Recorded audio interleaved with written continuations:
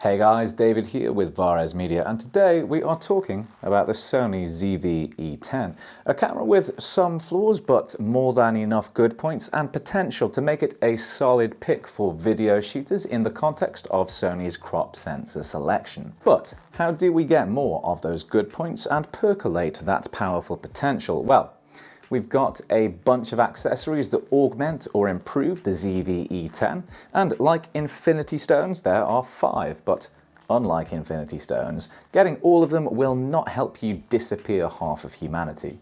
I'll let you decide if that is a drawback or not. Just before we start, if you enjoy this video, then please like, subscribe, comment, and check out the affiliate links to support the channel and help to keep it alive. And with that said, let's begin with accessory number 1, which is the Zhiyun Crane M2. This is a compact and lightweight entry-level gimbal. Why is it a great match for the ZV-E10? Well, the built-in active steady shot of the ZV-E10 is okay for a lot of handheld shots, but for vlogging or moving shot, it is a crock of crappy crop with a side order of rolling shutter.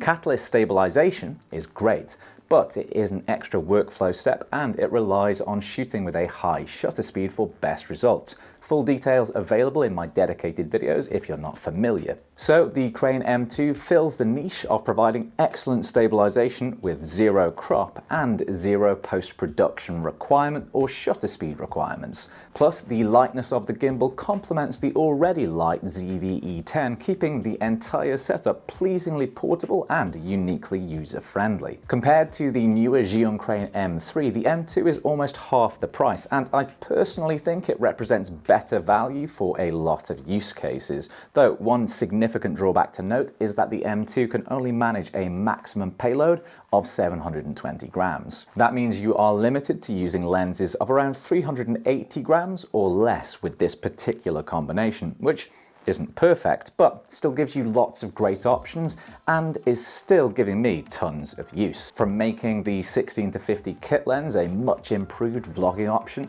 to using an even wider, more vlog optimized option like the Samyang 12mm f2, or perhaps capturing some cinematic B-roll with something like the Sigma 30mm f1.4. Let's move on to accessory 2, but stay with that Sigma 30mm f1.4 that I mentioned. Probably my favorite lens for studio shots with the ZV-E10, and indeed it's what you're seeing right now, but there is a problem with that setup. By the time you sit far enough back from the camera for sensible shot composition, the built-in flip screen of the ZV-E10 is going to be pretty small, not very easy to see or to compose your shots with. Enter the Portkeys PT5, a budget-friendly external monitor with a 5-inch screen and a bunch of handy functionality, from focus peaking to built-in LUT support. More importantly, when combined with a cable length of your choice, it's a super convenient option for being able to see your shots much more easily and capitalizing on that with carefully curated composition.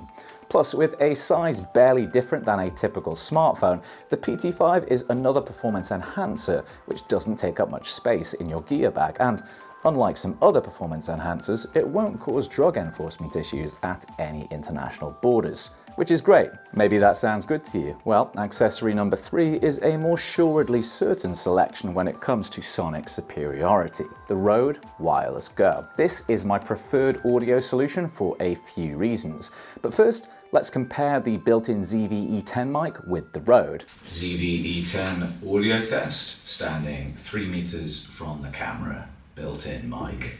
ZV-E10 audio test, standing 3 meters from the camera, using the Rode Wireless Go receiver only. ZV-E10 audio test, standing 3 meters from the camera, using the Rode Wireless Go and lav mic. And the difference is immediately apparent once we switch, not just in terms of quality, but thanks to the use of a lav mic, also in terms of subject isolation and clarity, with a major reduction in room reverb and environmental ambience. The Wireless Go is again super portable, comprising a transmitter that connects to the camera and a receiver that you put near to your sound source. The receiver has its own built-in mic, which is a decent upgrade over the ZV-E10 internal microphone, and it's handy to have always present, but As mentioned, I prefer to link a lav mic to the line-in port. Any decent lav mic will work just fine and still give you the benefits of closer subject miking and clarity,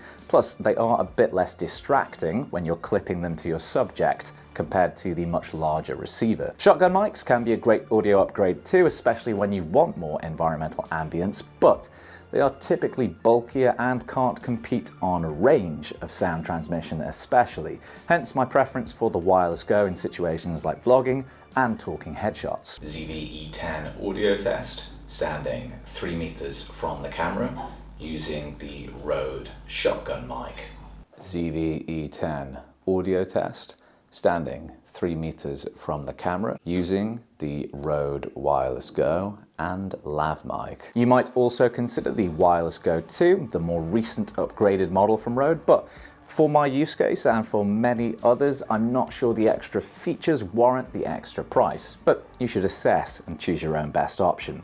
And option is a good link to accessory number 4, which massively increases our physical connectivity and mounting options, the Smallrig ZV-E10 cage. There's everything you could want to know about this awesome accessory in my dedicated review, but as well as providing massively more mounting mix-ups, including vertical shooting options and quick release plate functionality, the cage also provides major enhancements to the ZV-E10 grip, increasing both depth and tactility of texture. It transforms the ZV-E10 into one of my favorite cameras to handle, as it remains light and maneuverable, while suddenly having a grip satisfying and meaty enough even for someone with relatively large hands. But what if having large hands means I'm a clumsy Clive? Well, the cage also provides substantially improved impact and drop protection across several sides of the ZV-E10. And while I'm thankfully not too clumsy, the aerospace-grade aluminium frame certainly provides a good amount of reassurance if I ever do suffer a dumbass dexterity disaster. And last but not least, accessory 5 is the Inkee Iron B wireless shooting grip and mini tripod. In case you didn't get the theme, this is again a super compact and portable yet highly capable option. It's ideal for vlogging when you're using catalyst or active steady shot stabilization, though I'd always recommend the former where possible, with the IMB providing a light and comfortable grip which is well suited to the task. Combined with a handy and removable mini remote, you can easily start and stop recording on the ZV-E10, as well as triggering whatever function you map to the C1 custom button and gaining control over power zoom lenses or clear image zoom thanks to the zoom rocker. The little kickstand tripod mode works nicely for setting up static shots when you're out and about, or for creating a super low effort desk setup for studio shots. This is one of my go-to accessories for quick and spontaneous vlog and B-roll shooting across all my cameras, and you can find out all the other reasons why I like it in the dedicated review, if you're interested. But you know what I'm interested in?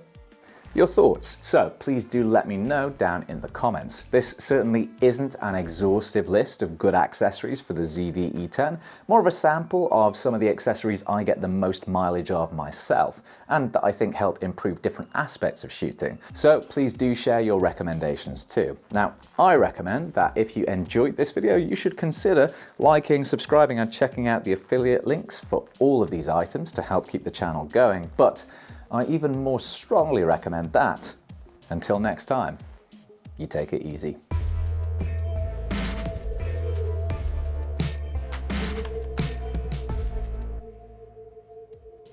Creating a super low effort desk setup? Well, that was a disappointing pronunciation, wasn't it, Stave? You stidiot. Ambiance. Did I pronounce that a little bit too sophisticatedly? Is sophisticatedly a word? Would somebody who's slurring their speech say ambiance if they were trying to say and Beyonce? I'd like your views on all of these questions, but you probably shouldn't waste your time to provide them.